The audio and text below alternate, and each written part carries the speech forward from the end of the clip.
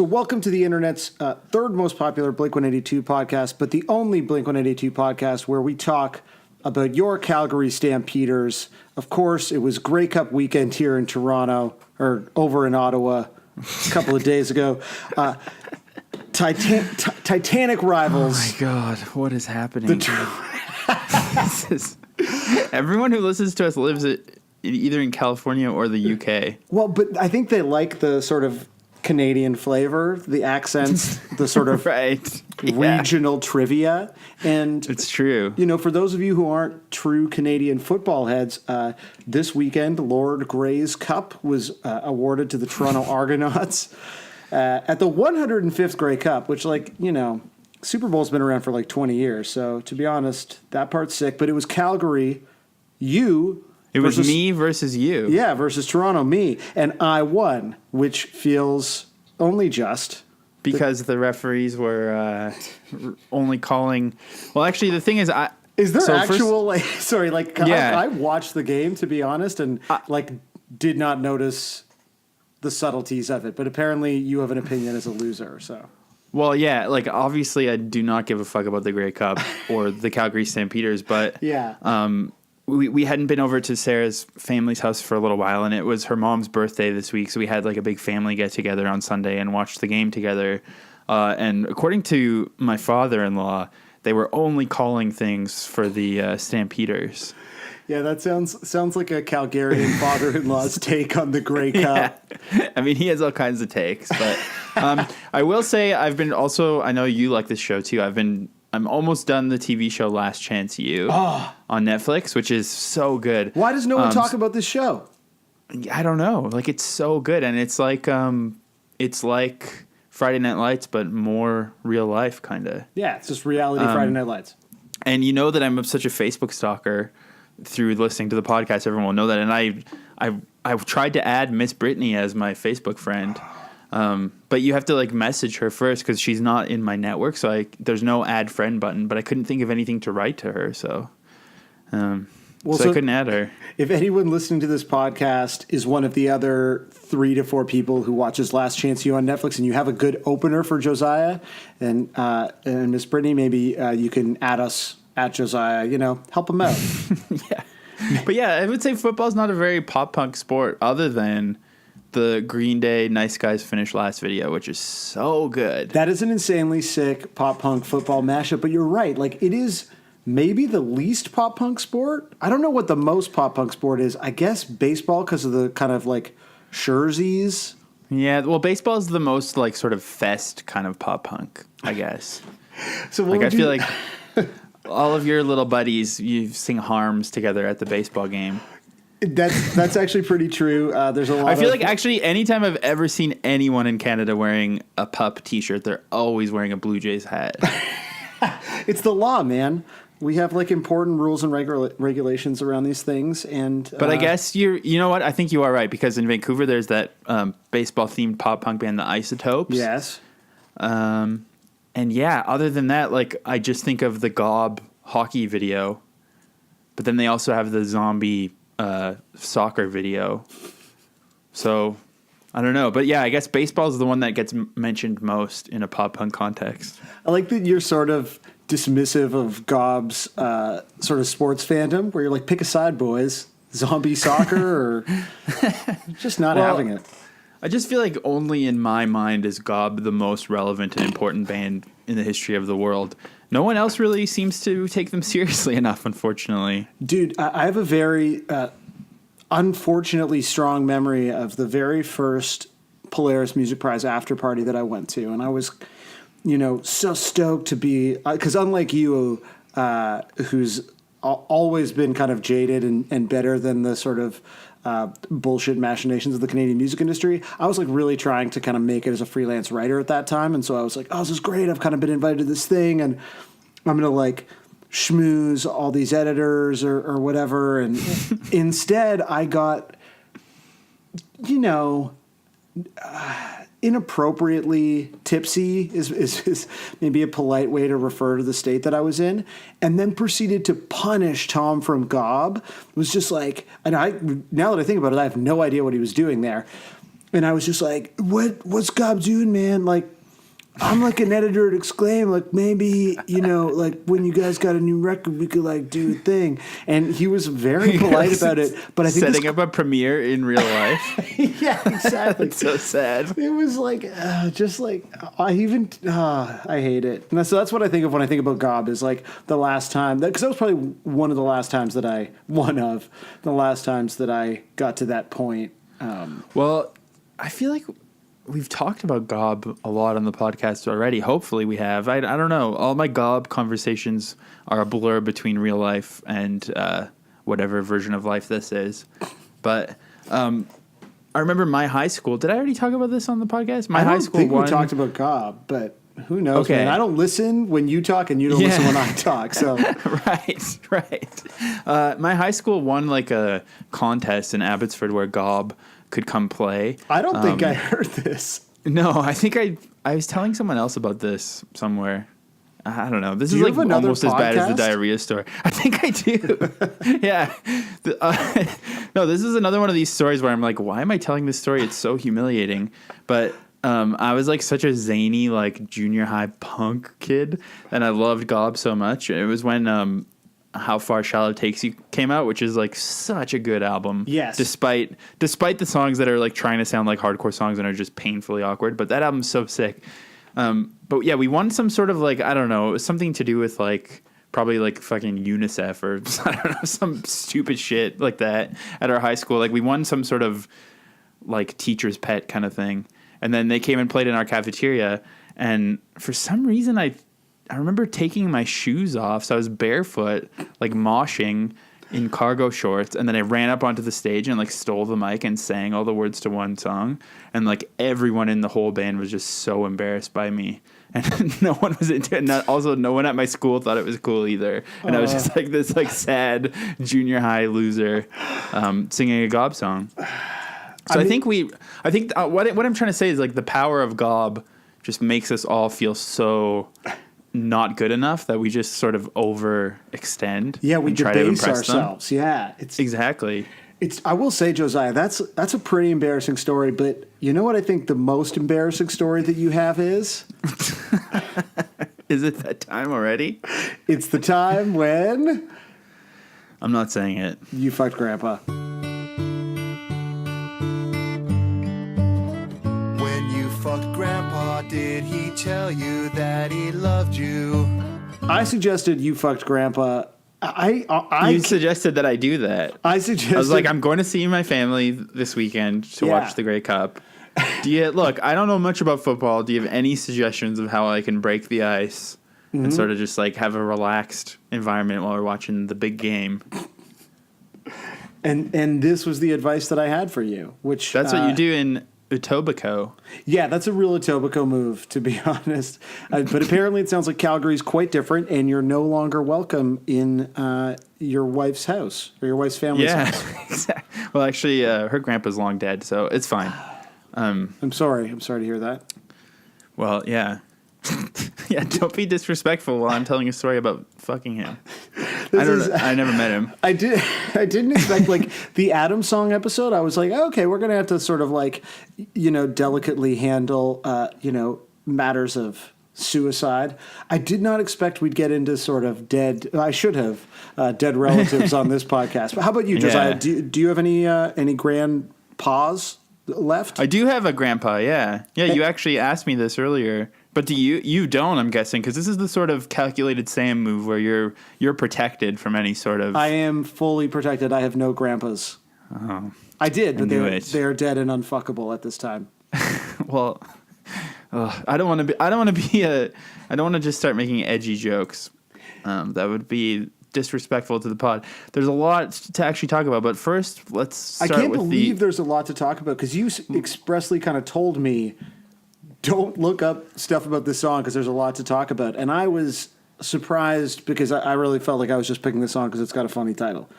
Well, that's what I was going to ask you. Is that all? Like, that's it? That's it. How, yeah. That's how, like, surface level you are with the art here? You're not You don't have any sort of deeper Freudian. There's no depth to me at all, Josiah. A strong wind would blow me over. I'm a shell. I'm a shell of a man. Yeah, I straight up picked this song. I feel like if you look back in our chat, it's just we were talking about how like, hey, things are going well. This will, that episode with George was great and he was really fun. I feel like people are kind of enjoying the pod and the downloads are going up. And what should we do next week? And it was one of those like, I wouldn't call it self-sabotage, although this is like, a bonus track on 1/3 of an album, so it's not the most popular song. And self-sabotage makes it sound cooler than it is. This is a narrative that you like to usually pin on me, the sort of self-sabotage thing. But this is absolutely, I think, but I don't like to think of it as self-sabotage. I think it's like we know that we're ready for this, Like we've built a foundation that we can handle a bad minute and a half joke song. So I think it's more like you're saying it's self-sabotage, but it's a vote of confidence. I think that's what it is. I wanted to sort of test us to say, hey, we're what are we, 21 episodes? So that's 21, legal everywhere. So this podcast can, enroll in the military. It can vote. It can buy porn. It can drink all over North America, and then it can fuck grandpa, which is how we've landed here. Well, that's an interesting. The legality of it is an interesting thing to bring up because you pretended that your Wi-Fi wasn't working when we were going to start recording. I did, yes. I had some extra time for research, and I hadn't done anything like this yet, but I did look up like California's incest laws. Oh, just to see. I'm going to pretend my Wi-Fi isn't working before every podcast just to sort of see what facts get in under the wire. Yeah, exactly.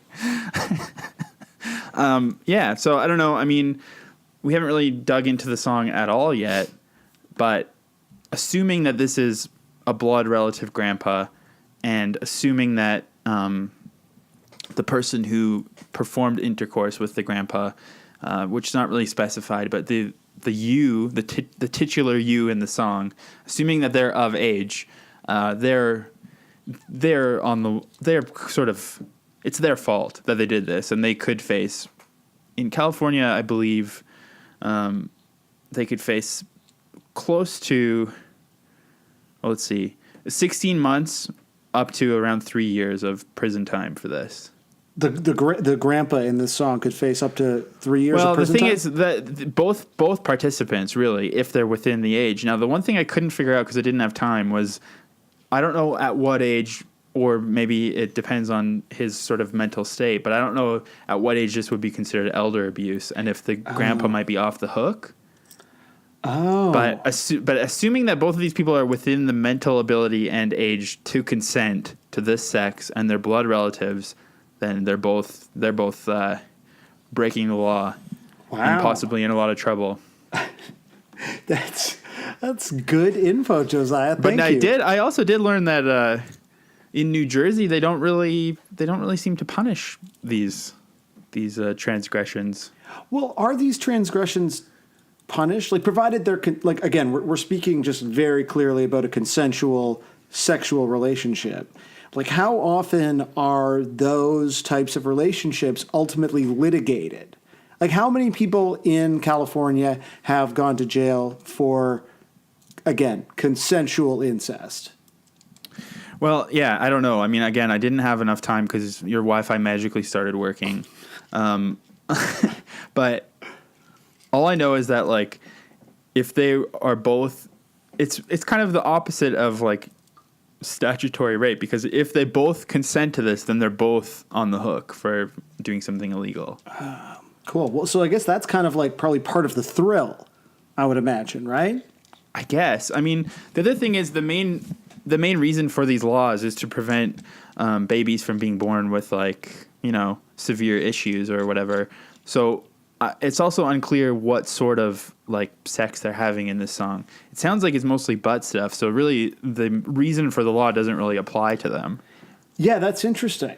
So I don't know, maybe this song was meant to be like a beacon of kind of a progressive rallying cry, like Right. Fight Song was for Hillary Clinton. You know, Yeah. or born in the USA for Ronald Reagan, I guess, until he was forced to stop using it. It's That's- really like Anthem Part 3, I would say. This is truly the alt title for this is Anthem Part 3, where they're because I mean there's still places in America where like sodomy is illegal, right? So like there are these like or you can't eat a banana on a Tuesday, which is not the same thing, but like I think to have Blink-182 sort of hold and become kind of the spokespeople for a political stance that says like outdated laws around sort of people's own sexual independence, are not just laws. So really, this is up there with like anti-consumerist Anthem Reebok commercial. Yes. Whatever Los Angeles is about, we've determined that it's supposedly political. Yes. So boom, that's 2. And then here we go with this sort of hyper-progressive sexual politics anthem. Although they are really shaming this person for having sex with the grandpa. It's true. It's funny listening to the song. I wasn't sure, what the point kind of was.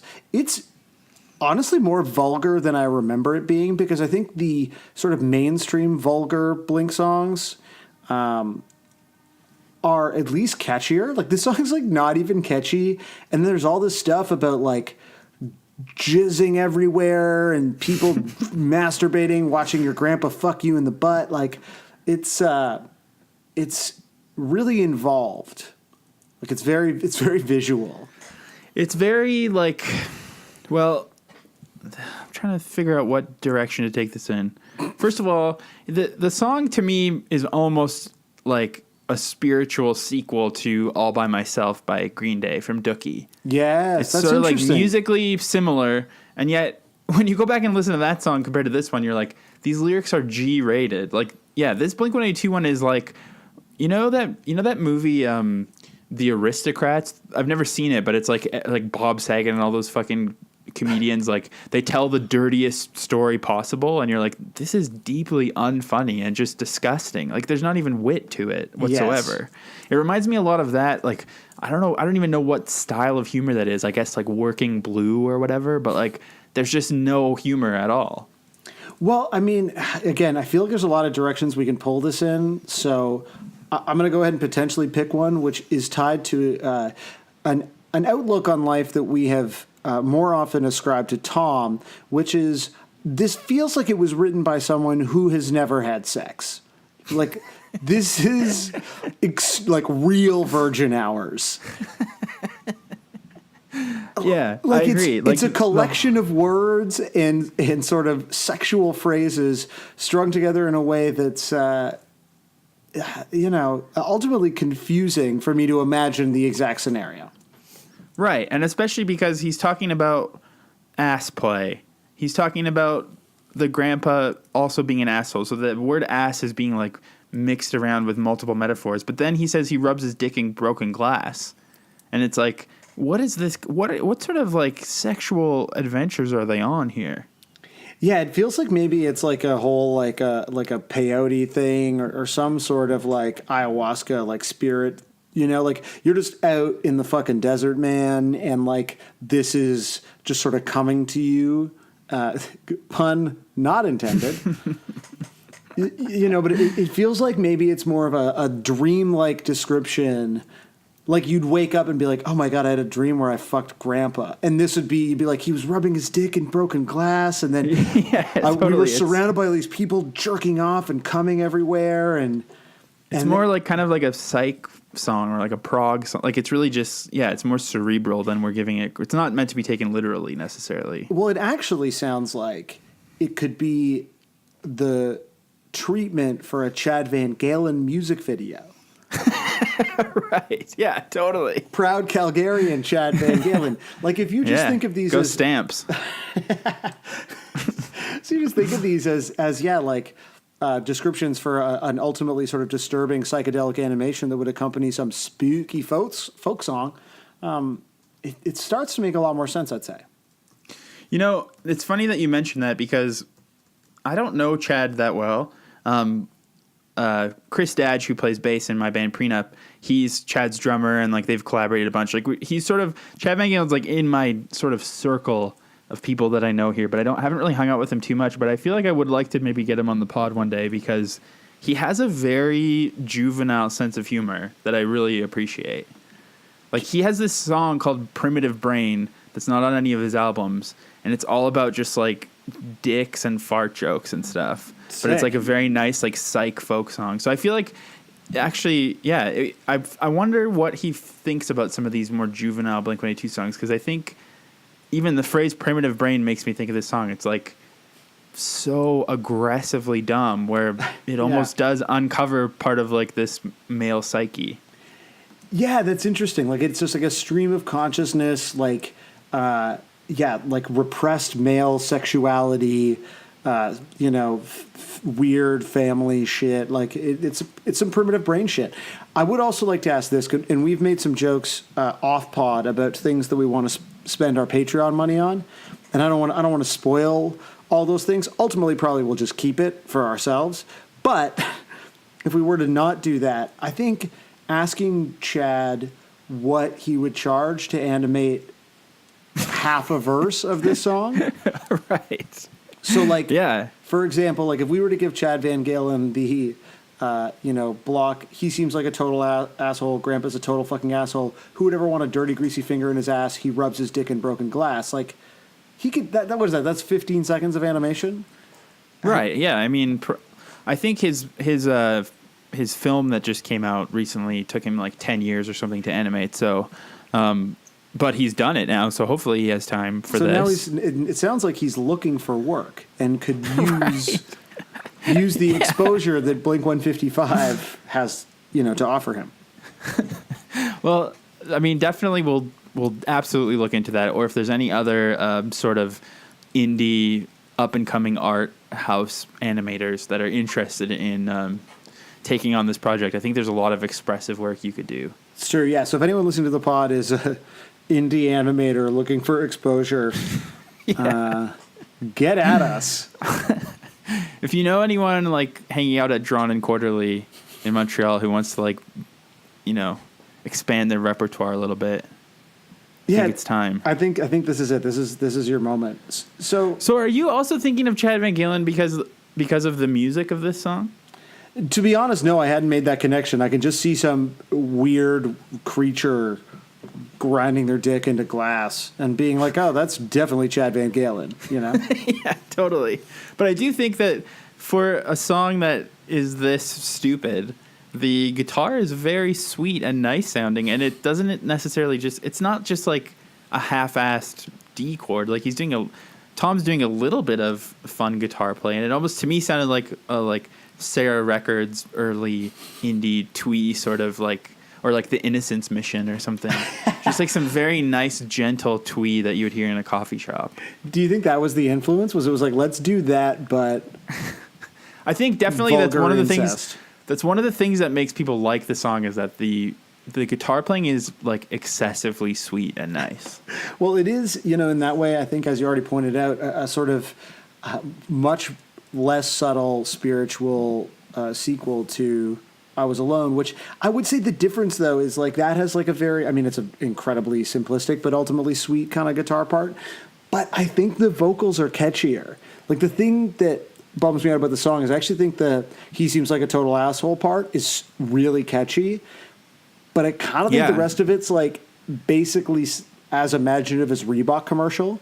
Like I found myself listening to it being like, oh, this is sort of the way I felt about Reebok commercial, where I was like, I forget the melody the second the song's done. Whereas the like kind of pre-chorus, I guess that part's the chorus about rubbing his dick in broken glass. Yeah. Like that part's catchy as hell. But in that, otherwise I don't think it's like really approaches, because I Was Alone is like one of the best Green Day songs ever written. But I wonder, I like it too, but I wonder if that's because they sort of, like, that was so unexpected when they did that. And then this is sort of aping it. Like, I wonder if I Was Alone is memorable because it was such a surprise. No, I think it's memorable because it's perfect. And truly, truly one of Trey Cool's greatest contributions to the band up until the I've got a rock and roll band section of I don't. whatever medley that is on American Idiot, which is pretty good. Well, okay. Before we talk about Green Day a little bit more, I do want to say one more thing about the lyrics, which is that there is something a little bit clever in here that suggests a little bit of comedy chops. Okay. And I don't know, like, there's so many terms that people who like actually study comedy instead of thinking about what's funny, I don't know the exact term for it, but there is a little bit of a twist at the end that I think makes this song work as an actual joke instead of just a string of dirty words, which is that he lists all these disgusting things that someone did with their grandpa and just talks about how wretched and horrifying it is. And then he ends it by saying, I'm not even going to have sex with my mom tonight. This is stupid. So it's like he's like judging someone else, but then arguably what he's doing is even worse because there's not even a generation between them. Hold on. So first of all, I want to park the sort of comedy academia part of what you were saying, and I want to dig into what you think the sort of levels of incest are from a Yeah. disgust Well, that's kind of why I standpoint. was looking it up, because I was thinking like what I really wanted to define was like, is it worse to have sex with someone who's like directly above you or above that? Like, I feel like it must be just mathematically worse to have the closest link. No? Are you talking about like the math of what would happen to potential offspring, or just like ickiness math? Yeah, I think ickiness math. I don't know, because I think that there's still like research is not totally conclusive that like incest actually always results in like offspring problems. Wow, so you've really been reading about this, huh, Josiah? Well, one of my friends is like very podcast smart, which is a term I've invented for people who only listen to podcasts and are know-it-alls. Yeah. And he was telling me that like he heard a podcast about how, like a lot of people who are born of incest are not actually that fucked up. Huh. According to some fucking podcast knowledge, which is just like a new problem sweeping the earth, is people who are podcast smart. Honestly, I haven't heard that before, and I really like it because it does describe someone who has just like bizarre pieces of esoteric knowledge. You're like, how do you know? But this? like they're so authoritative about it too. Yeah. Thankfully, this podcast is not making anyone even podcast smart. So Exactly, because we're trying to determine what's grosser, to have sex with your mom or to have sex with your grandpa. Well, I would say your mom. But here's the thing. I've been listening to another podcast to try to make myself smart. The Butterfly Effect, the John Ronson Audible podcast, which is sort of all about trying to trace the butterfly effect of like tube sites on the sort of world of the creation of pornography.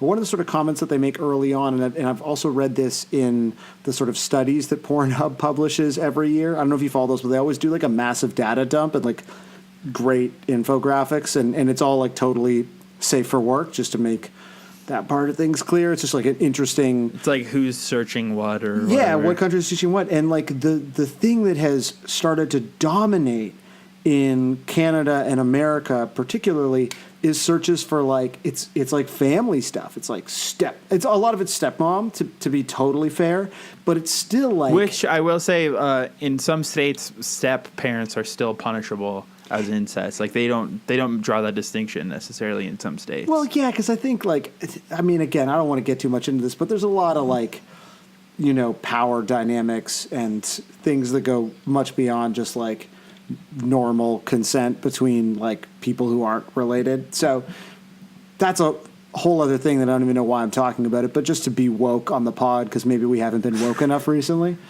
Right.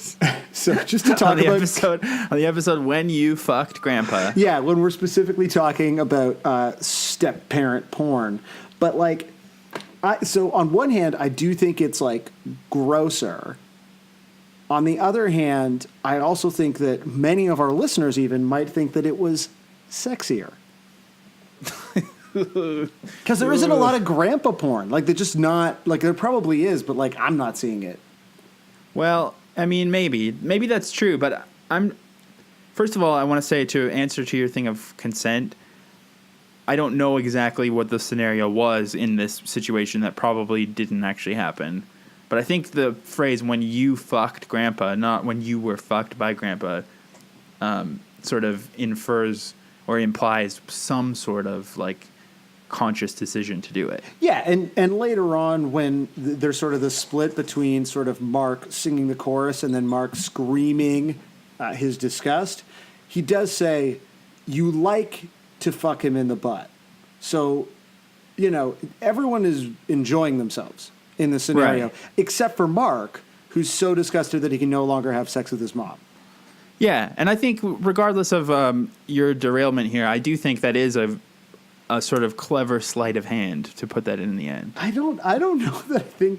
To me, it's just another thing that he thought of, where he's like, what's another thing? I fucked my mom. Like, I think it's the structurally it works as a joke because he's like, it's so disgusting that you do this. I'm not even going to do this thing, which may or may not. Or he's sort of just, it's hypocrisy, really, is what it is. He's demonstrating his own hypocrisy in a humorous way. That's interesting. And in that sense, it sort of ties back to the sort of political undercurrent of the song, because as the narrator, Mark is obviously in a position of power. We're sort of taking his word in the sort of authoritative voice that we typically do with the sort of narrator in a novel or a film. And so to have that power undercut by that hypocrisy is, a very damning depiction of what we often see in our corporate leaders and politicians. Right. Yeah. Yeah. No, I mean, I think I genuinely do think that is a slightly clever line in an otherwise very stupid, like profoundly stupid song. I guess the setup is you fuck your grandpa and it's gross, and the punchline is I fuck my mom. Yeah, exactly. Like there's something there at least. It's not just a dirty limerick that you'd read on a bathroom stall, although it still is also very much that. It's exactly that, yeah. So we've been talking about Green Day a little bit, and this song they performed a lot when they were on the Pop Disaster Tour with Green Day, which is like pretty much I would have loved to go to that tour. Jimmy Eat World opened the first half, which I feel like maybe you like Jimmy Eat World, but I definitely have never cared about them. I like that one hit, but other than that, I've never really listened to them. Are you like a Clarity man? I'm definitely like, look at me. I mean, you can't right now, but you know what I look like. I'm a goddamn Clarity man. No shame. Right. Right. But yeah. Just an interesting side note, not even the last, maybe the second last, the third last, a few Jimmy Eat World records ago, I tried to listen to it. I saw a few people on Twitter, saying like, hey, this record's actually pretty good. And I listened to like a couple of songs, and it's just all like, it's 40-year-old guys like singing about teenage relationship stuff, which like I know I'm saying this on my Blink-182 podcast, but just so sincere, hard on sleeve stuff, just not for me. And I tweeted something to the effect of, tried to listen to the Jimmy Eat World record. I don't know how adults make or listen to this. I did not at Jimmy Eat World. That's very bitchy for your Twitter. I know, but like on my Twitter, it would be like, oh, he's being so nice today. But for you, it's like, oh my God. Yeah, since most of my tweets are like, this is sick, I love this. It's like you dropped a Osama bin Laden video on the timeline. But just to be clear, again, not verified on Twitter, not followed by Jimmy Eat World, did not at Jimmy Eat World. And somehow Jimmy Eat World, I guess, on this particular day, we're just searching for their band name and saw that tweet and just responded with thanks, which I actually still think is really funny. Oh God. The same exact thing happened to me with David Bazan from Pedro the Lion, of whom I was a massive fan for my entire childhood. Yeah, that's some Christian shit, man. That's not, not my emo. I got to say, I don't really like his solo stuff because I feel like he's just become sort of a Pro Tools dad. Like, he's always putting way too much shit on everything.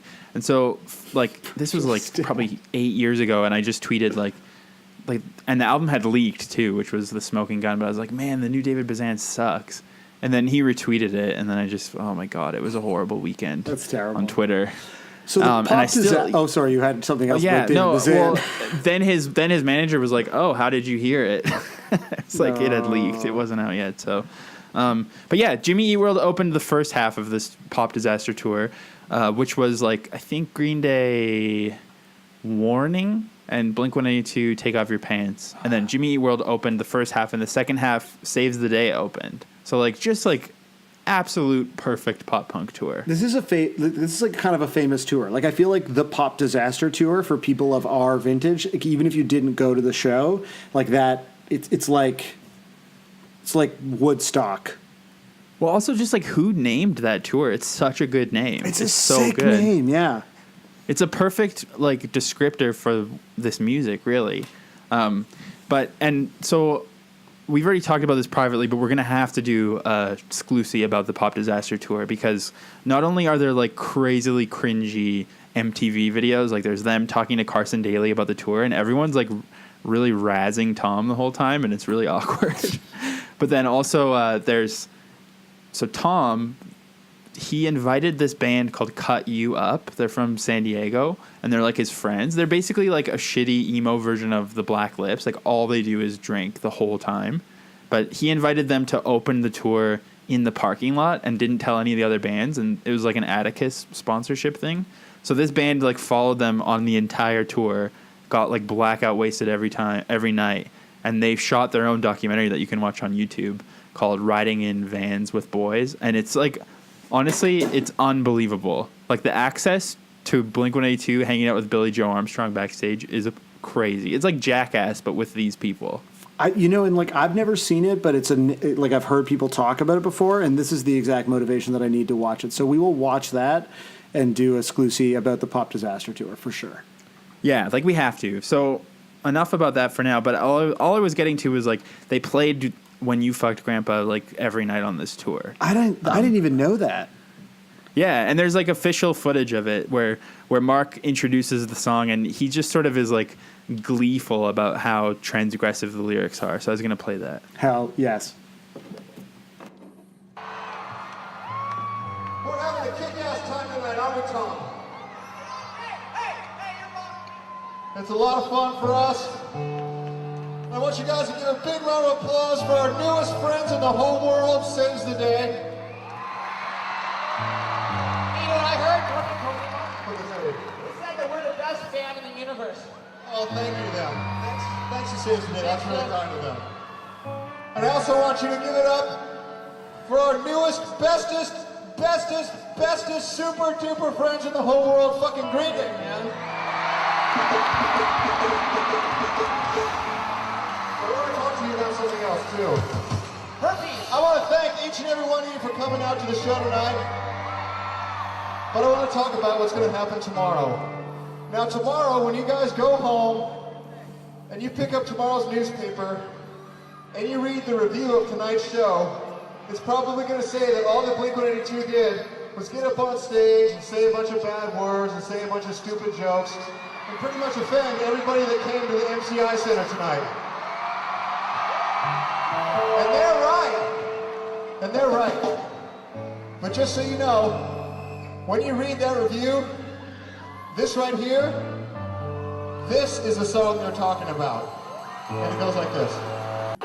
And then he sings it in a nice little breakdown moment. Oh my God, that is lovely. Yeah, it's like, so I mean, at least he's gleeful about how transgressive it is, really.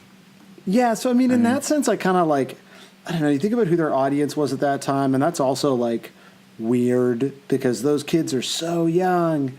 But I mean, that's the point, man. It's just, it is, I guess that's it. It's just deliberately transgressive. And, it, you know, in that sense, whether or not the punchline is a punchline or not, like, it's kind of just funny to say all the awful shit that comes into your head. And this perfectly sets up what I did not want you to read. Ooh. The actual background of the song. The reason that it exists completely redeems it and makes it hilarious. Okay. So I'll get to... there's going to be a little bit of an order here because I don't want to give away everything at once. But initially the song was called When You Fucked Hitler. Okay.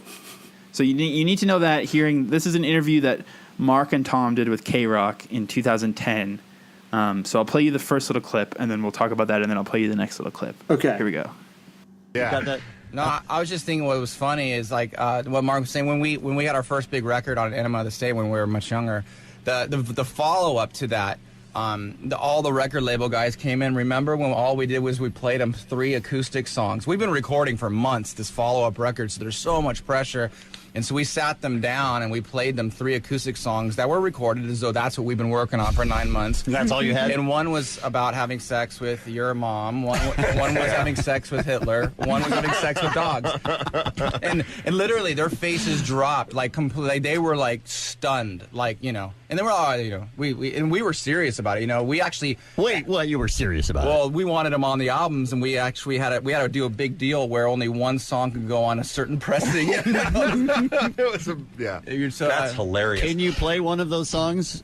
well, you know As the what's funny? show's You know going? what? This is a good story. Okay, I'll get to the next part in a second. Yo, But- that's fucking amazing. Yeah, so really, That's they were really just, funny. They were just trolling their record label. The label was like, "We want to hear what you've been cooking up for all these months," and then they played them when you fucked Hitler. Wow.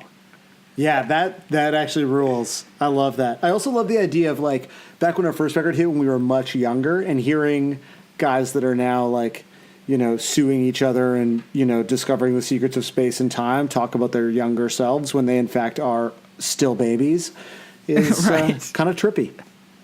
Yeah.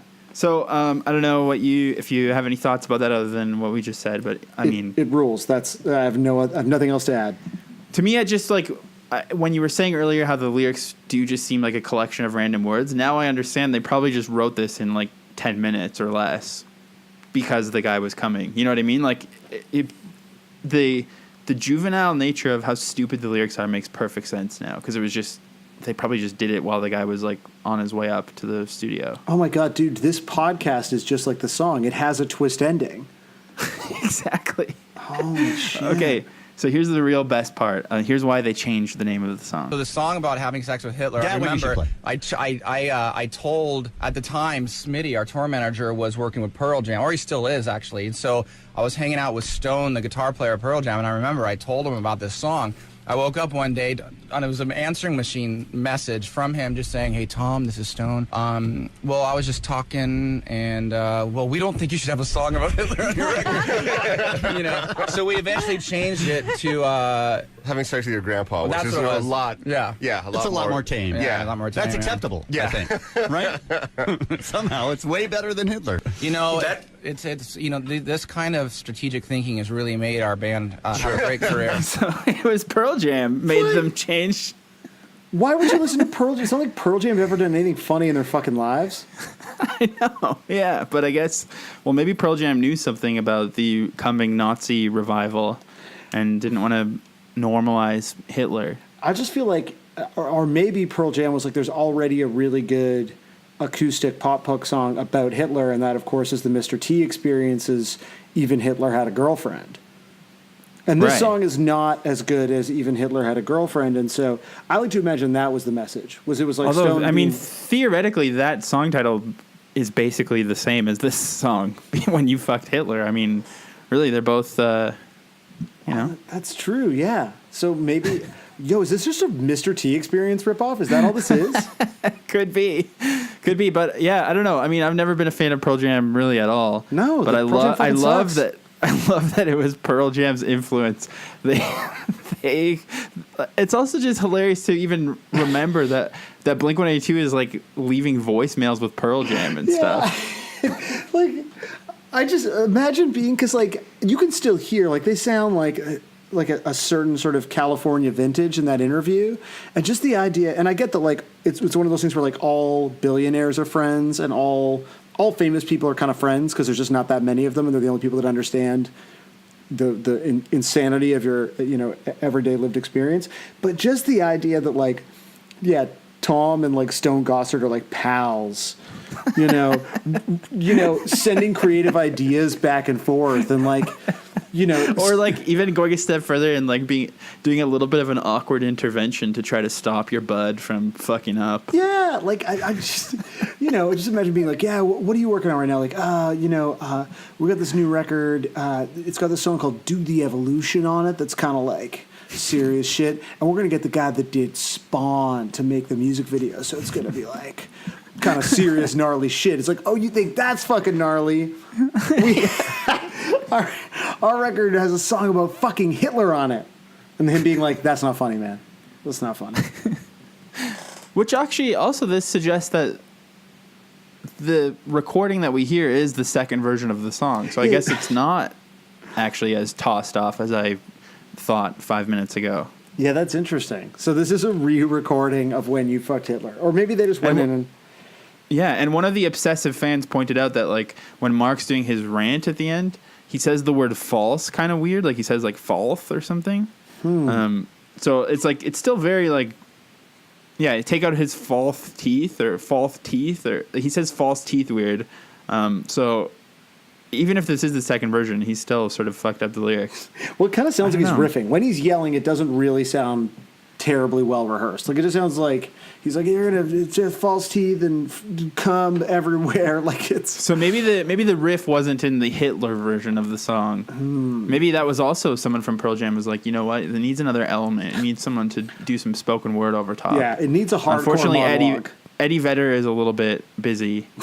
All the other members, there's like, 12 members of Pearl Jam all playing Les Paul blues licks. Yeah, it takes all of them just to play the same, like, rhythm chords and blues licks, like, over and over again. We should try to get Stone on the pod, though, to confirm or disconfirm the veracity of that story.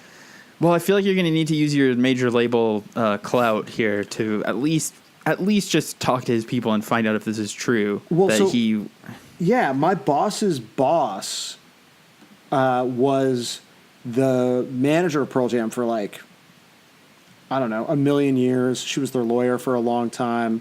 So, like, Pearl Jam is, you know, only a couple of degrees removed, and I feel like I could run that up the chain maybe internally and just say, hey, guys, can someone talk to Stone about, you know, Blink-182 and Hitler? It's for a podcast. Yeah, I mean, I would love that. Yeah. Well, it's totally I don't know. reasonable. Like, it is true. Like, why would he be so upset about that?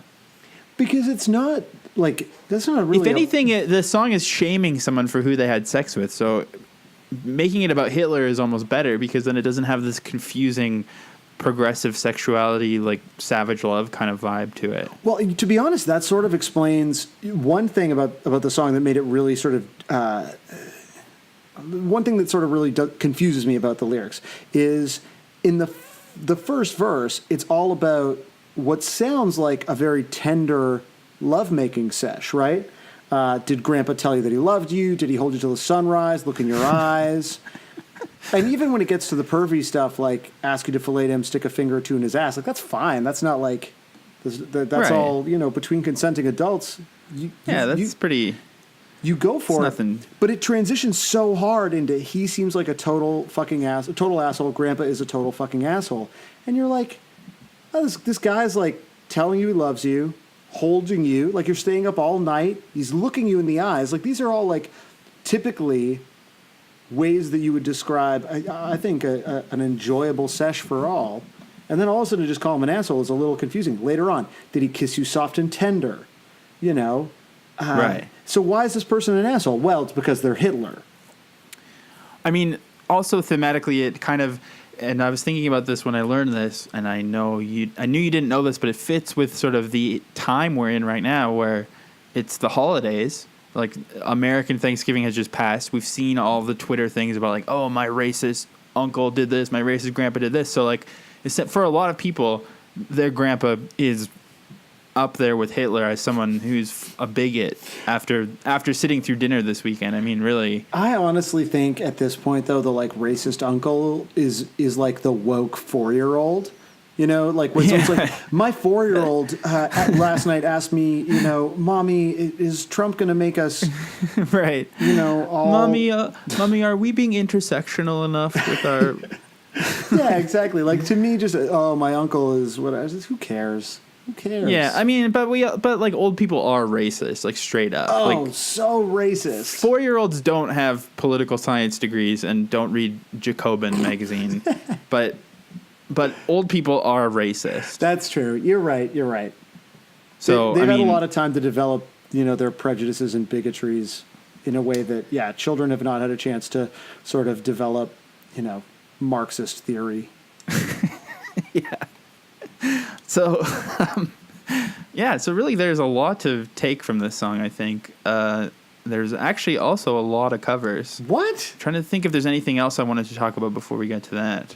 I don't know. I mean, I feel like there was true to both the song and the themes here, a big finish, and I'm fine with that. But I would love Right. love to hear some covers. I have so much broken glass all over my dick. Maybe that should be, I was texting a little bit with a friend of the pod, George Pettit, who, appeared on our incredibly Marxist Reebok commercial episode last week. And, thanking him for being on it. And he was saying, yeah, I think I'm going to get a silver cup tattoo, in honor of the progressive leftist lyrics of that song. And I was thinking, like, because I want someone to get a Blink-155 tattoo. I don't care if it's me. What would that be at this point? Maybe a dick and broken glass is the thing. I've kind of been thinking about it too because I don't know if I want to get a Blink-155 tattoo, but I kind of want to get a Blink tattoo. I've mentioned before my idea of getting like a Life in Hell bunny combined with the ska bunny, but I don't want a ska tattoo. So I don't know what's like the perfect Blink tattoo. Well, and also don't forget, I mean, really early on, like episode 2, Apple Shampoo, I think, was when we discovered that the Blink-182 bunny is basically a swastika. So yeah, exactly. You got to be careful. And that's also like that sort of combines with what we've been talking about in this episode. And also, you just reminded me that the song last week was about a silver cup, which I think you guys were actually just like getting emotionally prepared for the gray cup. Oh, wow. That's good, man. Let's listen to some covers. We're like psychics or something, but for like the worst information. Yeah, this podcast is actually like Serial. That's what people don't realize is everything we say connects on these like weird spiritual levels, and it's all terrible and stupid. Yeah, but it's all connected. When people say, "Oh, so like, are you doing the songs in chronological order?" and I say, "No, it's wholly random." I don't mean that. It's actually we're just like vibing. Yeah, exactly. We have a lot of crystals. Yep. So to start off the covers, I'm going to ease us into it with something a little bit boring. Okay. But guess who's at it again? Future Idiots are here with they've pop punked up the song, which I was like hoping someone would do, but then when it was them, no offense to you guys, but sometimes they are a little bit uncreative. Well, they're just taking up a lot of air at this point. But I mean, I don't know who's waiting in the wings. Like go for the throne. Like someone else should be pop punking up these acoustic songs. So here's what they've done. We'll talk about it after, but here we go.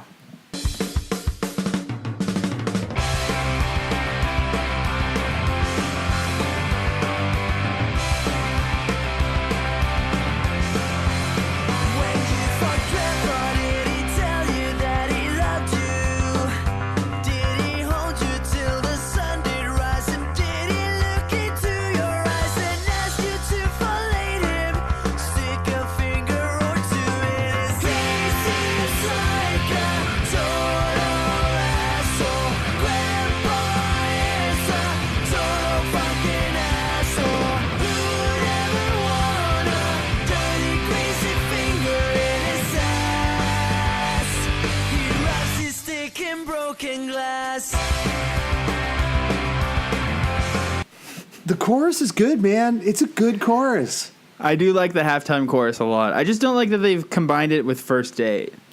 Yeah, I mean, everything about First Date is bad. Also, I knew that they were going to do the big pause, like, I mean, as it is in the song, because it sounds like a very Blink pause of he rubs his dick in broken glass. And that sort of disappointed me because, I thought maybe there could be something else they could have done through, like, to get creative with it. But, overall, I'm not down, but I'm not down. I'm like, just like down. Right. Yeah, I mean, I'm kind of the same. I'm not, like, mad about it, but it just, especially the start, it just felt kind of lazy. Yeah. So that's pretty much the most, generic one. Wait, so they get, like, Stranger? Yeah. Well, I'm going to start with, we've never really done, and an amazing thing about Blink is that pretty much, save for Reebok commercial, pretty much every song has a MIDI cover.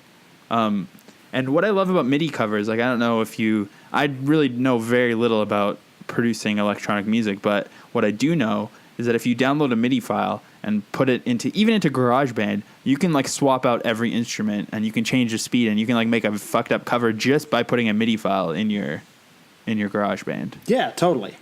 So I love that.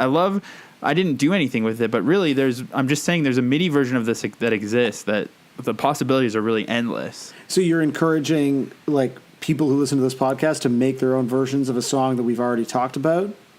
So that it exists. Yeah. I mean, obviously Blink-182 continues to exist and change the world as we know it. Regardless of our small contribution. No, I like to imagine that we're kind of like the Blink-182 Langoliers, where we're just chomping through sort of Blink's past. And so by the time we get to 155, there will be no Blink-182 songs left. Like, that's it. They will just cease to exist. You'll think, like, how did that song go by that band? But it won't be there anymore. If I'm being honest, when a song does come up that we've already talked about, I'm like, the song is dead to me. I don't care about it anymore. Exactly, man.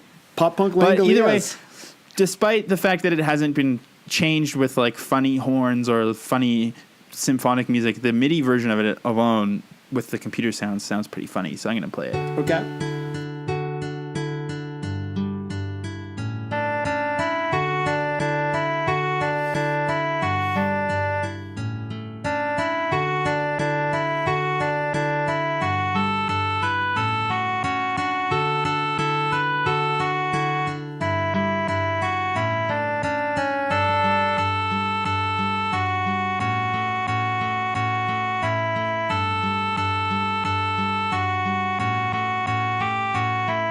I like it a lot. I love it. It sounds like music from like a TVO kids show. Yeah, like something I would have loved it in sounds the like 80s as a child. It reminds me of like early Owen Pallett, like when he was still Final Fantasy or like that sort of thing. Yeah, totally. That song would be called like, members of Diableros Dream on a Hill or something. Yeah, exactly. But I will say that when you don't have the lyrics and you hear it, you're like, this could have been an actual Blink-182 song, like not just a joke song. Like there's enough there that it has a nice melody. Well, that's the first time where I've thought I'm wrong about the verse. The verse is great. It's a great melody. The whole thing's great. Exactly. Yep. Cool. Down, down, down, down, down. Yeah, I mean, I can't even credit anyone because it's just like from MIDI.org, but wow. I'm into it. So I'm not mad. Some anonymous midder. Yeah. I'm just gonna do a few covers because we're powering through them. But to keep it on a sweet side again, there's a ukulele cover of it, which is probably gonna be bad. But it's funny to think that someone would make this so twee sounding. Yeah. 1, 2, 3, 4.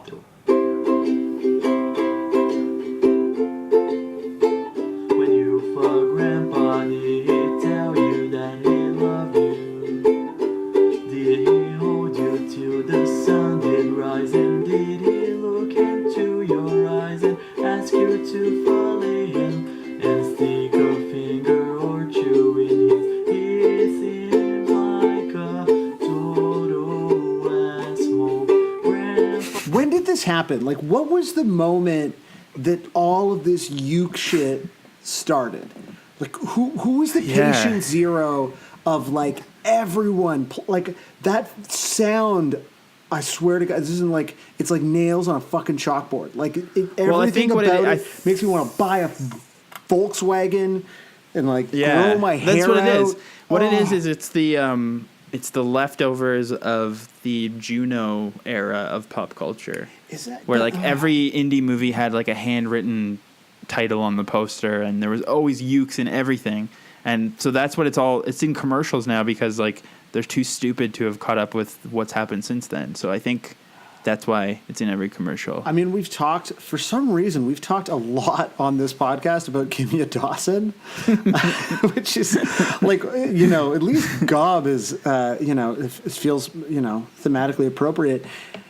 Do you think that's it? Do you think it's like Juno sort of brought like what was a sort of I guess like I think it is. indie, Like, it's- a sort of subset of like quote unquote indie music that was kind of bubbling Yeah, I up, think and it's- college kids were into it, and then that just made it It's like a Juno and it's Feist and like I think it's like all those bands that used to have like 13 members and called like Treehouse in the Galapagos or whatever the fuck all those bands were called. Architecture in Helsinki, that's the real one I'm thinking of. tree. Like What all is that kind of Treehouse and what did you call it? in the Galapagos. I just made it up. It's fun to make up those band names. Like you just say like a quirky thing and a place that you don't know where it is on a map. I like it. Just I just think that they shouldn't sell ukuleles anymore.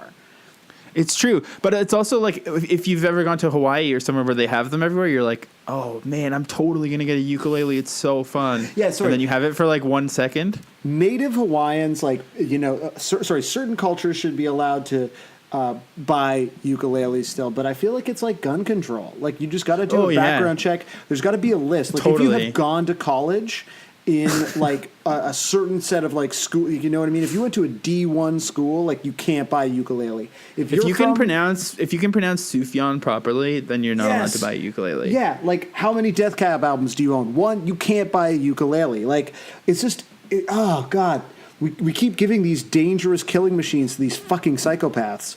Well, I do want to say, I think like the commercials using this kind of shit to appear quaint and down to earth, I think that era has officially been replaced with the jazz drum solo from Birdman. I think everything I've seen lately where Yeah. there used to be ukulele or Glock, there's now just like.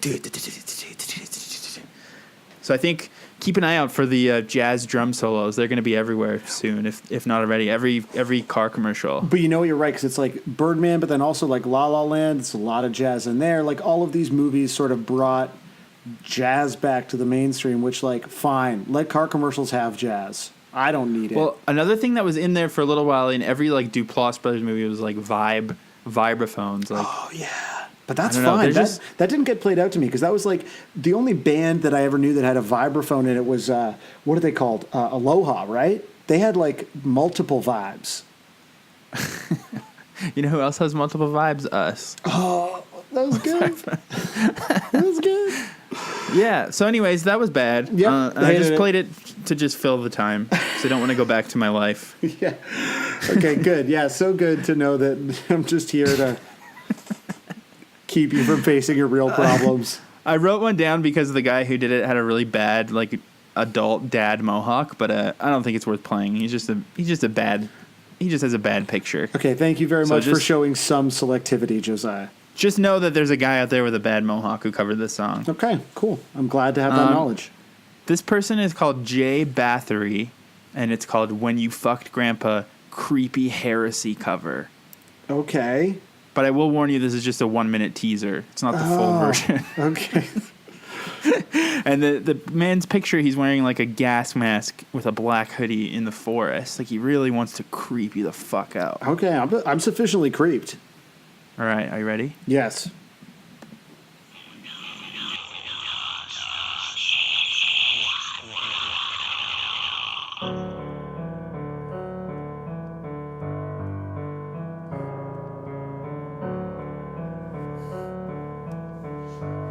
When you fuck Grandpa, did he tell you that he loved you?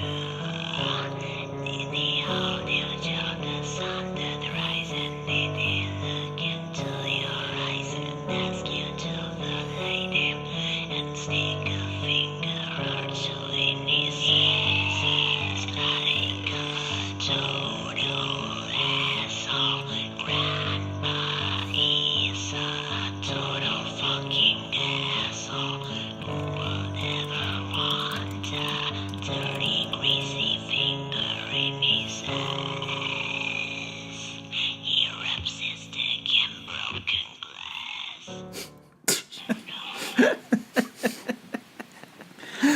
What? Like, okay. So I get it. From the Bathory name, I was like, okay, this person has like listened to a couple of black metal records like all of us.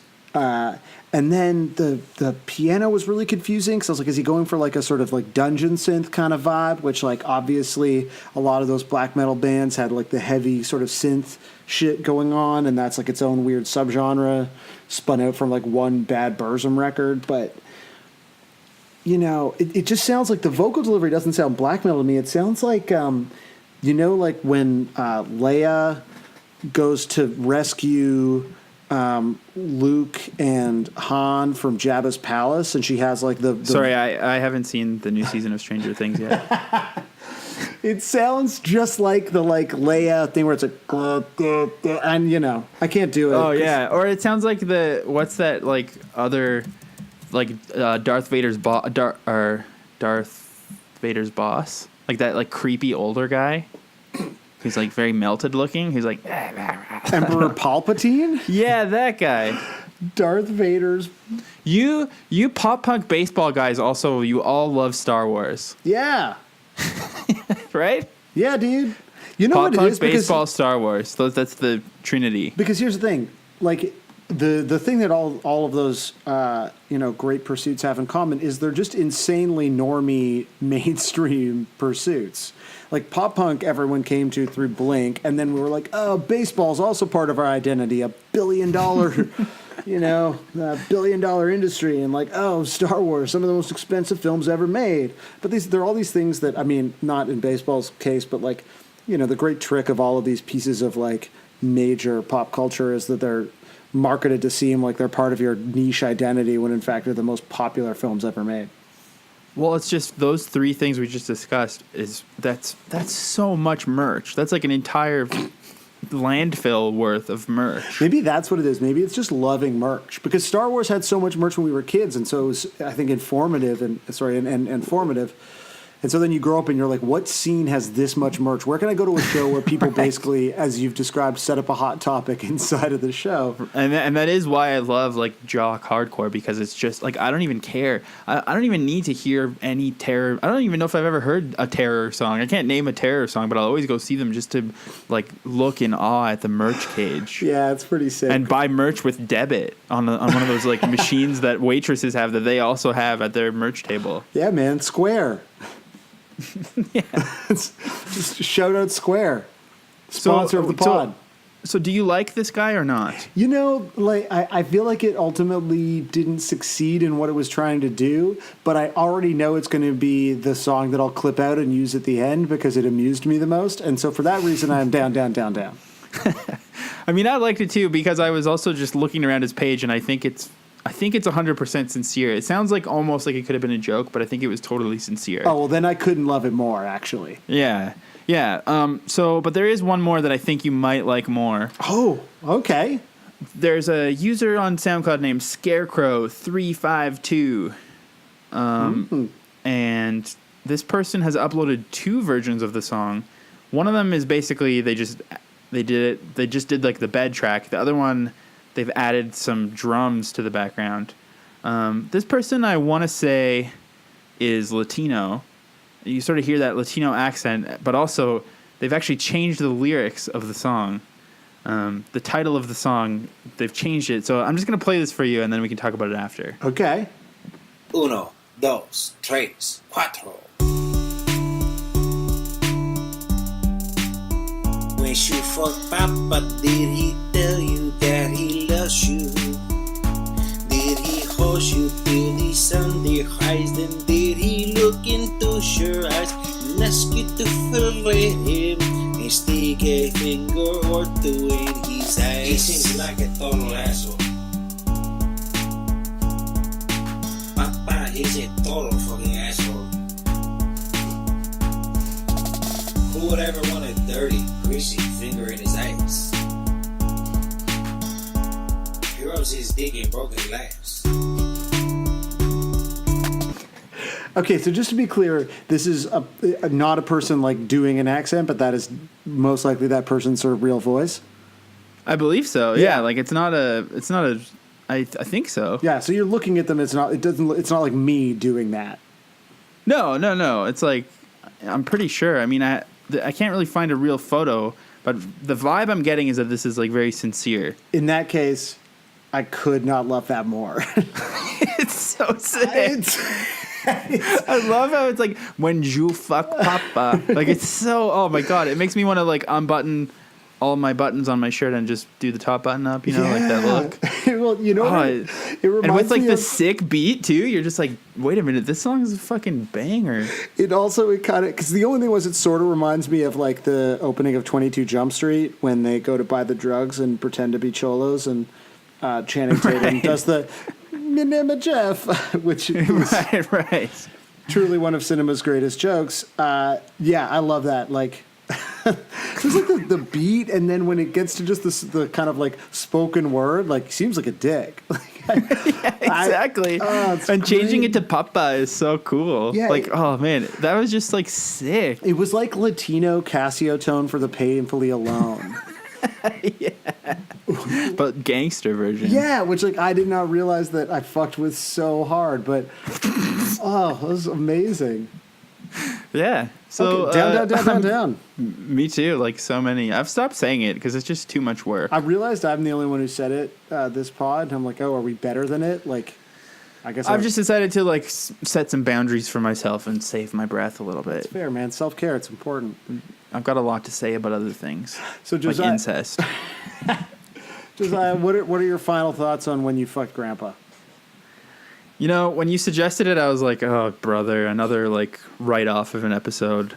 But this song has given and given and given. There's so much good narrative around it, and the covers have just sort of solidified that the melody is really good. I think what I've been thinking about right now is how Tom has talked about that they just intentionally write really simple nursery rhyme songs and turn them into like anthems, and that's their secret.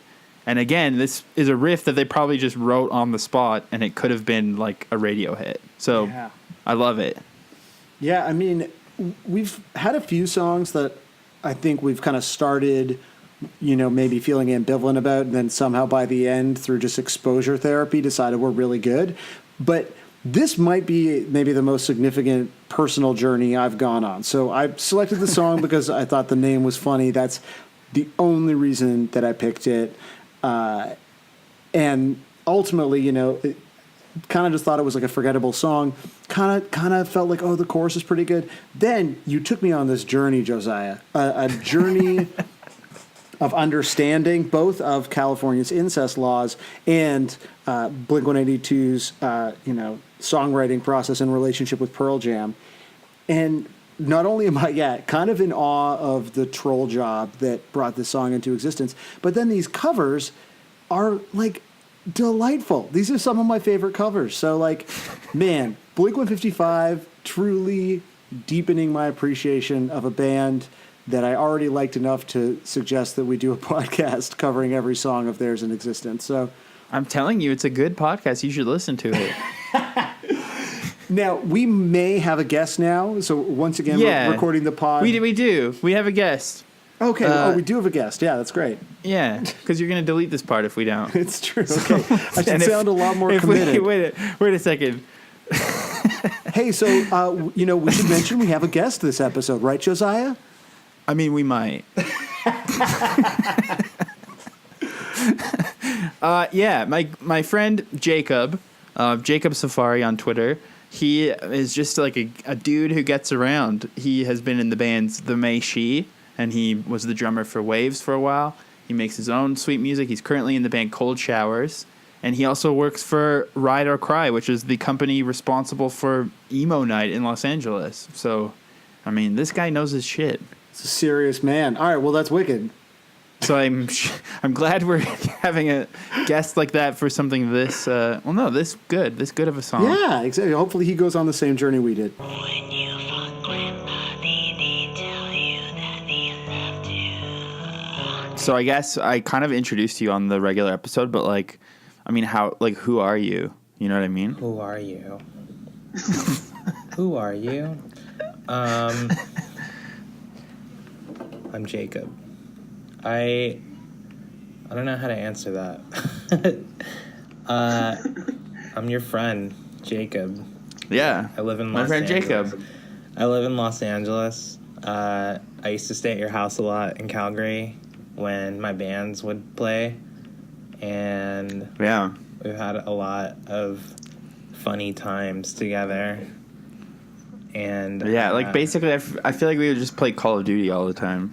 yeah, I totally forgot we used to do that. It's like, yeah, we used to actually play online together too. Yeah, we would definitely fuck with people. That was the best. So, like, emo night. You didn't start it, but you like work with those people now, and you DJ at emo night and stuff too. No, so last night was the first time I ever DJ'd emo night, and this was probably decided 15 minutes before they started. Because usually, so when we do emo night in LA, Ricky, one of the people that works with us, does like this, like, I like to call it the 45 minutes of just like hip hop and rap shit. So we just kind of like get it out of the way, but it's probably the best part of the night for everyone. So because we didn't have Ricky last night, I just kind of filled in, did like a quick 30 minutes of hip hop, but I ate a burrito because I literally had like, I think I walked outside to pick up our Uber Eats order. Do you guys have Uber Eats in Canada? Yeah, we do. Well, it depends what city. We do. We have it in Calgary. Sick. I still treat Calgary, it's like it's a prehistoric city.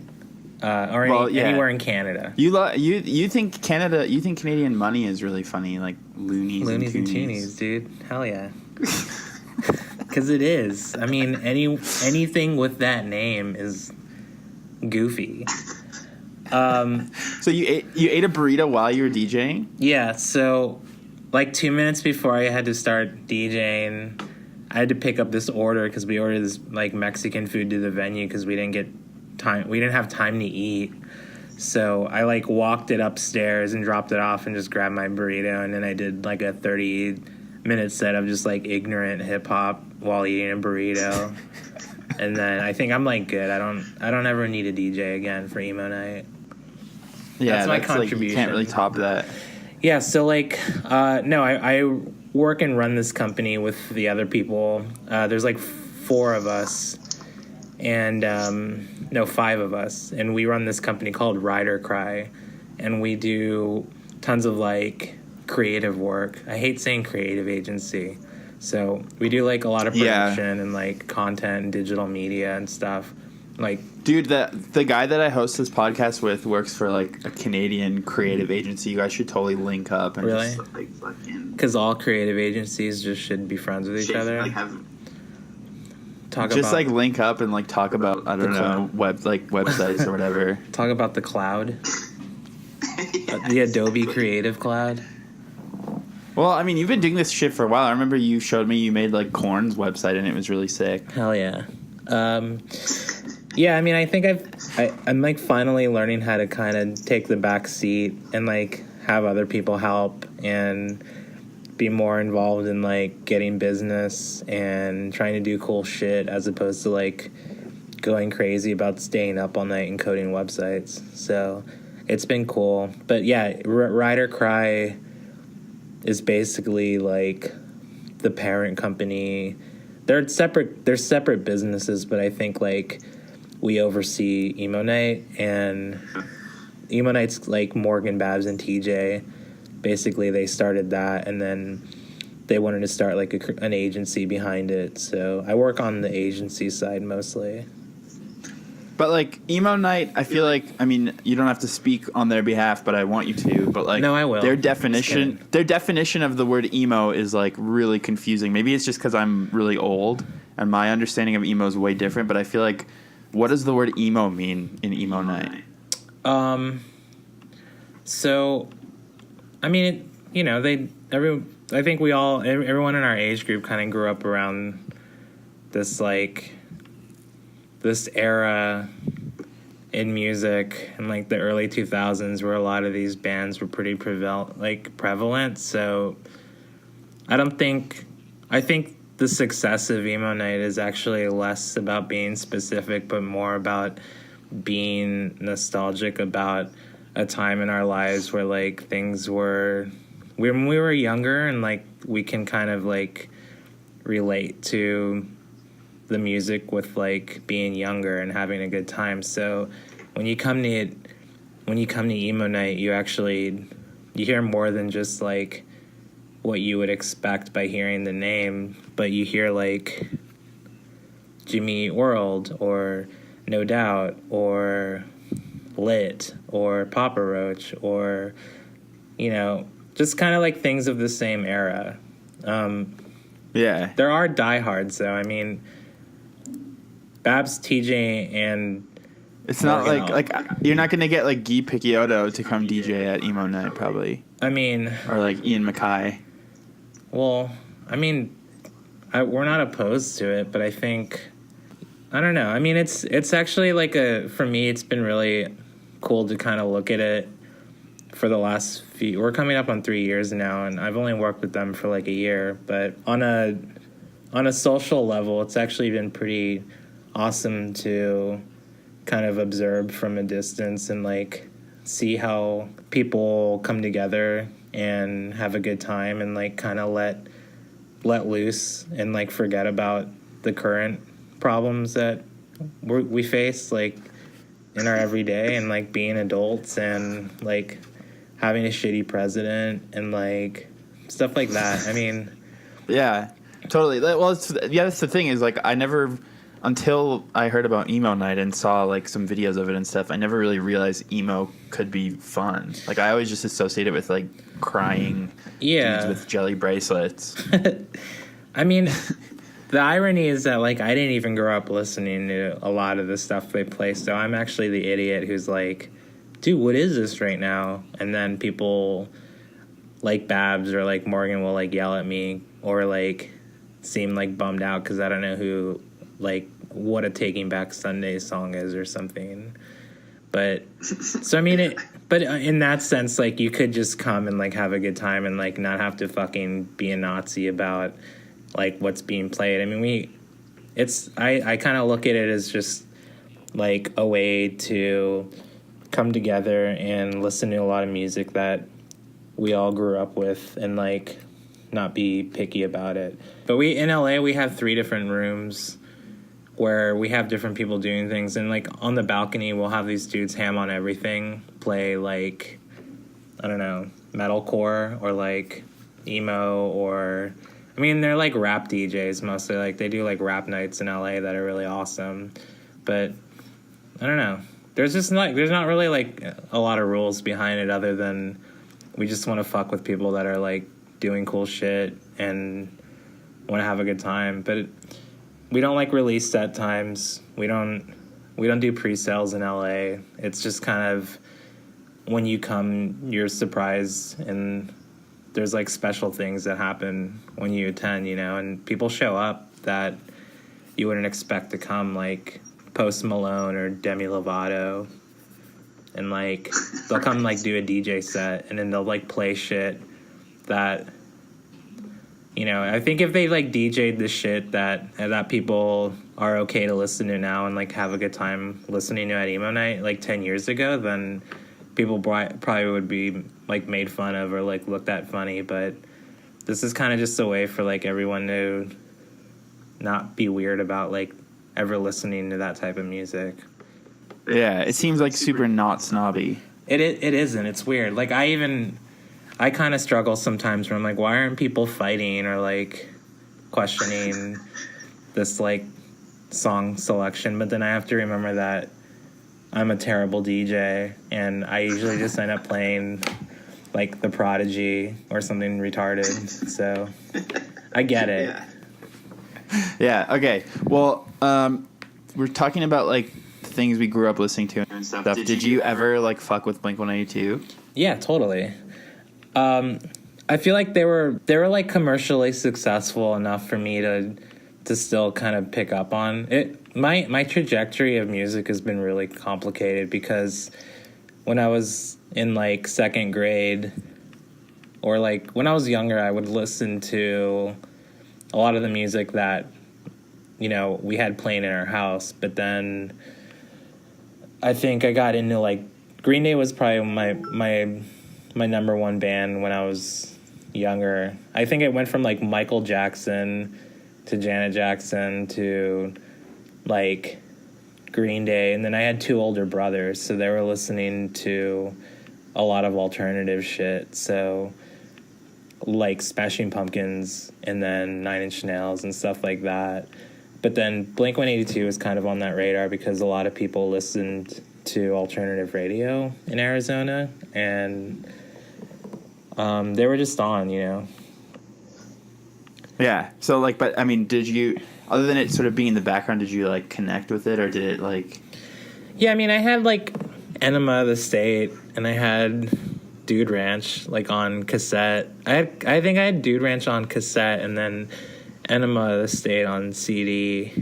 When did Enema of the State come out? I think it was like I think it was like 2000. Yeah, or 99. So it's probably like right around CD time, and then yeah. Yeah, I mean they were definitely in the radar. I never really dug deep on them, but you know, I know all the hits. So Okay, well this is like a long fucking intro I know. to talk about one of the worst songs I've ever heard by this band. When You Fucked Grandpa. Hell yeah. So how did you feel about it?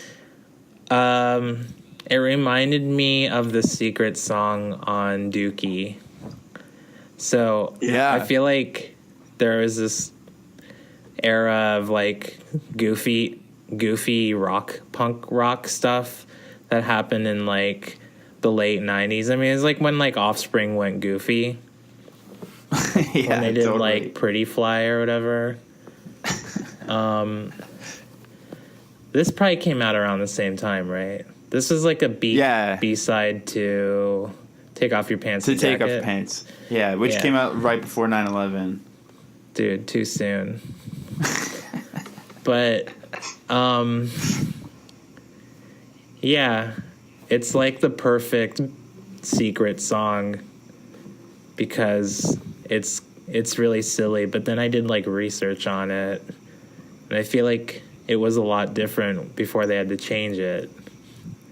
Yeah, like we already recorded our episode, and like it was originally When You Fucked Hitler. Yeah. and the reason they changed it is because Stone from Pearl Jam told them that it was too offensive to be Hell about yeah. Hitler. But When You Fucked Grandpa is absolutely okay to put on this record. I guess so.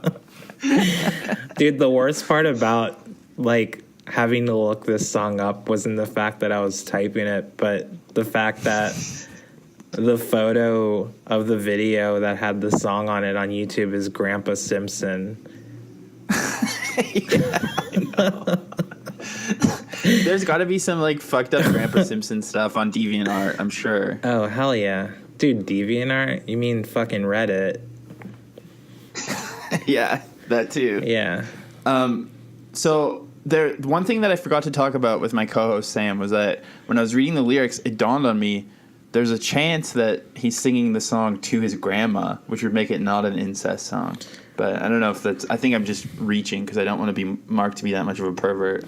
Well, I guess let's just pretend here, but if you replaced all of the grandpas with Hitler, man, I really hope these walls aren't thin at this hotel. But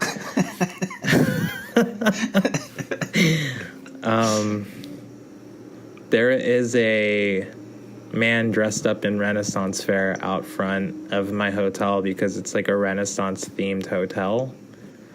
Oh, sick. Side note. So, well, I feel like you wouldn't be embarrassed if that guy heard you talking about this. yeah, I mean, obviously out of his realm. Not figuratively either, like realm. His kingdom. Yeah, exactly. I gotcha. A realm of, what is it? Like that app game? All right, anyways. So if you even took like the first line of the song and you said, what if you fucked Hitler, I have to like whisper this. When you fucked Hitler, did he tell you that he loved you? Even if you use that context, it's still fucked up.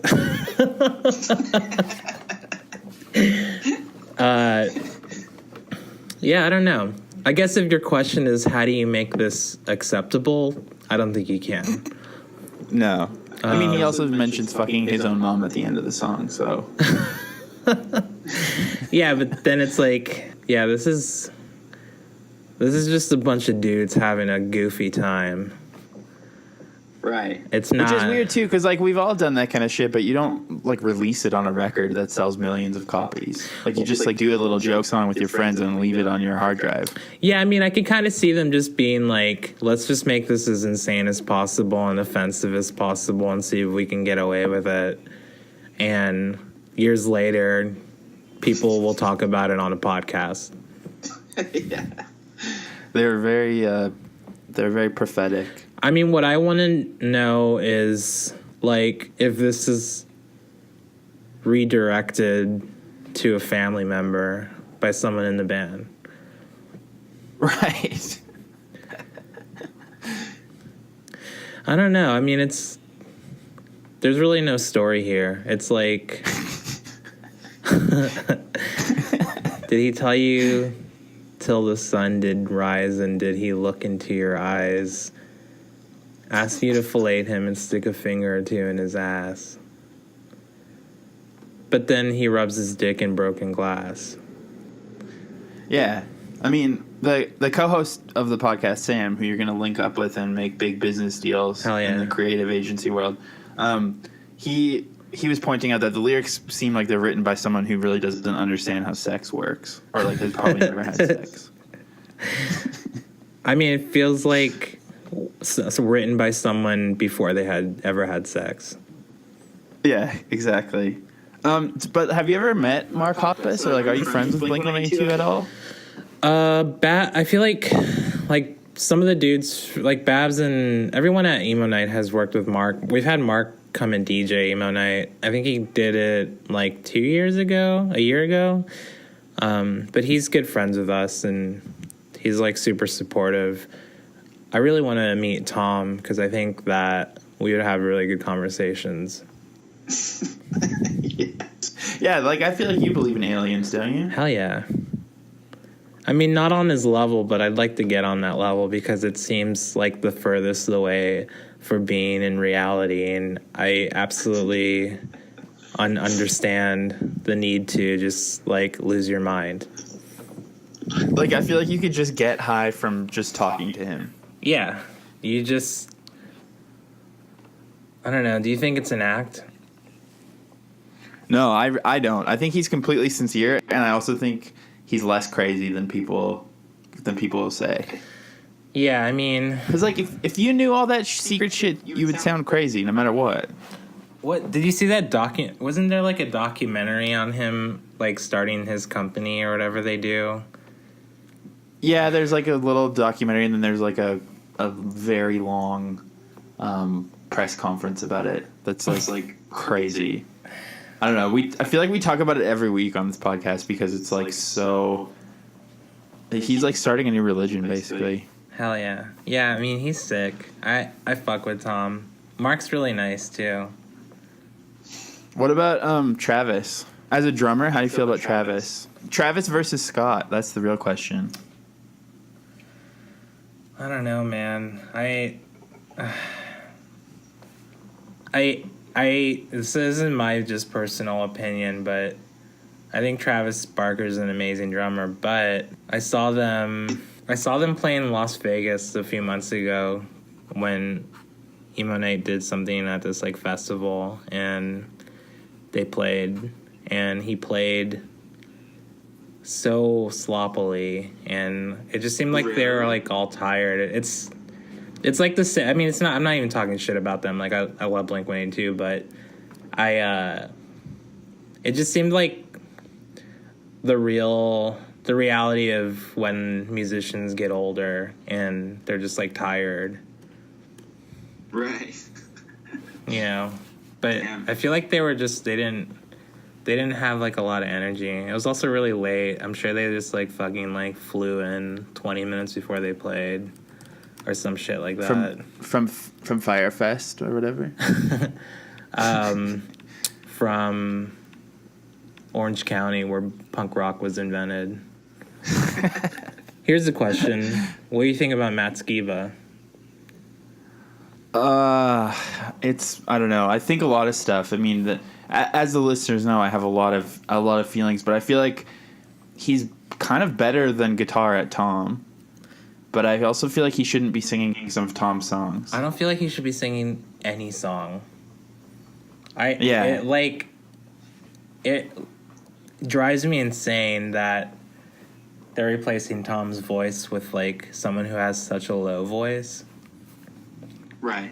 And just doesn't work, man. Get him out of there. Well, also when they got him in the band, they like put him in a Hurley outfit, and I think they were just trying to trick people that he was just Tom. And then everyone's like, "Well, no one wears Hurley anymore. This has to be a joke." Yeah, exactly. I don't know. I mean, it's fucked. Especially the newer albums with produced by the Goldfinger guy. I don't know how I feel about them. I constantly change my mind. Yeah. I don't know. I don't know. I mean, being in a band's so fucking hard, dude. And like not only that, but then trying to keep it alive and like play the same fucking songs that you've been playing for like 20 years is probably another nightmare that a lot of bands have to live every night. So I commend anyone for like wanting to stay together for the kids. Hey. But dude, best Blink-182 song, by the way. Huh? Did you do Stay Together for the Kids yet on your pod? No, not yet. Not yet. It's too much of a hit. We like try to avoid hits because we're doing every song. You do so you do the deep cuts? Yeah, we're kind of doing like we've done Adam's song. That's our biggest hit so far. Hell yeah. Suicide Special. So okay, to wrap things up, you've got your emo night day next week. Yeah, is that right? It's this Sunday. It's in like 4 days. Oh my god. Well, this is coming out on Friday, so right in 2 days. In 2 days. What's the actual date? Sunday, December 3rd, 2017. Okay. All right, because if people are listening to this like 10 years from now, yeah, digging into the archives, they'll be like, "Oh man, I remember when that disaster happened." Yeah. They're like, "Oh, I don't remember what this is because it only happened one time because they lost their minds and like never did it again." Right. Yeah. Or in 10 years, it's like every single day. It's just like 1 year long. It's like emo night year, emo night and it never ends. Every day is emo night. Is what it is. Yeah, or it's like or we just replace Coachella. Just kidding. Or we have Arcade Fire. I'm not gonna make any FYF Fest jokes. Yeah, right now. too soon. So, like, what's the deal? I know you're offering free guest lists to anyone who asks. Is that right? Yeah. So, first 10 people who steal any merch from our merch table gets to keep it, and then, if you can find a way in, then you can stay. And the most amount of guest list requests from one person, the one with the highest number gets to keep them. That's sick. Yeah. Did you guys have to like reshuffle everything? Like, how much did it affect your day-to-day life when the brand new news dropped the other week? Did it like fuck you up so bad? No, not really. I mean, I think now it's more just like educating people because like since it happened, we get asked to play it. Like we've done a few emo nights since like I think we've done like, well, so like we're a franchise now. That's another thing. So we have emo nights in different cities. We occasionally will fly out and like do them ourselves, like we did last night. But we have like emo night Portland that also happened last night, and then we do it all over the country. So we we do. I think we did let everyone know that, like, okay, like, you can't play Brand New anymore. And, like, I think last night, like, someone requested it, and we were just like, yeah, we can't. You're like, don't you read fucking Pitchfork? I'm like, check your RSS feed. Yeah, you know, because of the R word stuff. No, I don't know.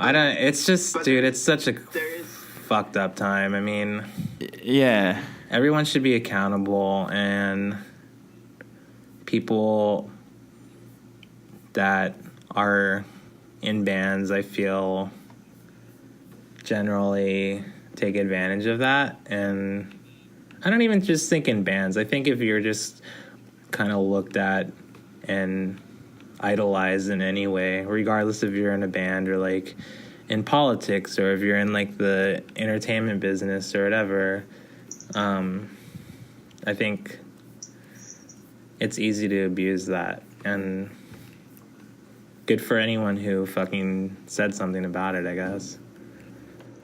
But yeah, totally. Okay, well, I don't know why I made it so dark, but I was trying to give you a chance to well, because you're fucking on the phone day. with me, dude. Of course it's gonna get dark. Wait, I'm surprised you fucking brought it up and I didn't. But I know. But so are you gonna you're gonna play a brand new song like on the outro of this like segment? Yeah. Kind of like in that podcast fashion where you like, all right, well, thanks for tuning in, well, and then it starts playing before you even fucking end the sentence. Dude, I don't edit it, and so I'm hoping Sam doesn't listen to this and actually do that. Because we're pushing the envelope on like on some serious shit. Yeah, I mean, all of this woke talk on a song about fucking a grandpa. I love it. I mean, that's the best part. Where like, I can't understand why all these like men are fucking pigs and like do crazy things, and this whole episode's about like like the context in which like a song about fucking your grandpa was but you know, we keep it fun. I'm just having a laugh. I mean, dude, it's I guess like specific to your question, it sucks because like Sick Transit Gloria is a fucking really good song, but am I okay if I never hear it again? Absolutely. I've actually I'm not just trying to be like holier than thou. I've literally never heard Brand New in my life. I'm sure you heard this song. I'll send you it off pod. Every time I hear something by a sexual predator, my ears just like close up. And like it's always I've always known because I've been deaf to that music. Yeah, so basically you don't listen to any music, right? I actually haven't heard you talking this whole time. Oh, nice. I see what you did there. I mean, I'm just scared to look at anyone without them like accusing me of something. So I think if everyone takes my advice, then we won't have any problems ever again.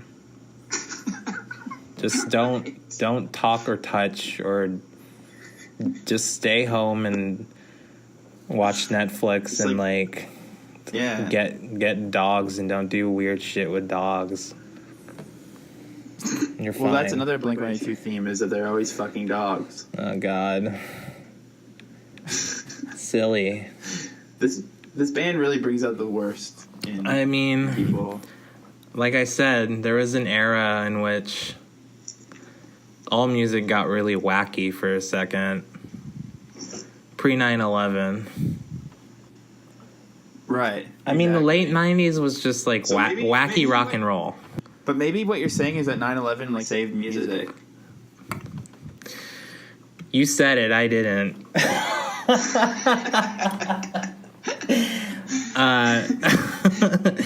And then Brand New song starts playing right now, and then you end the podcast. Yeah, no, but to end it, Emo Night Day, people can like stream it or something. You keep sending me these fucking Fiverr videos. Yeah, hell yeah. Okay, so Yeah, if you go to, we're doing this live stream called, obviously, Streamo Night, and it's going to be live streamed all day from the event, so anyone can tune in all over the world, and it'll be on Twitch TV, I think. Twitch TV / iHeartComics or Emo Night Day. I'm not sure which one it is, but they're handling that. And then, yeah, so we'll have like a bunch of interviews on there, and then we'll also do like music videos and stuff like that of like Emo Night related stuff. And then, yeah, there's a chat room that you can call people names in and ridicule people from your desktop computer. Right. With my keyboard resting on my gut. Hell yeah. Just keyboard warrior in it. That's sick. I want to see Hot Leather. That's my dude. That's my favorite artist. Yeah, I'm stoked. I Morgan at my job introduced me to Hot Leather, like his music recently. So it's awesome. It reminds me of like a better MC Chris. Yeah, or like a way worse Adam and his Package. I mean, if an MC Chris record was completely blank, it would be better than MC Chris. Boom. It's true. It's true. Well, yeah. I mean, we're gonna get that guy Corn Fan 420 who is Hot Leather. I'm gonna try to get him on the pod. Hell yeah. Because he's like, he's just like the future. But I've showed so many people Hot Leather and they fucking hate it. But like, well, I mean, sick. And then you're like, well, you're not supposed to take this seriously. I hope you know that, right? Yeah, but also maybe you are.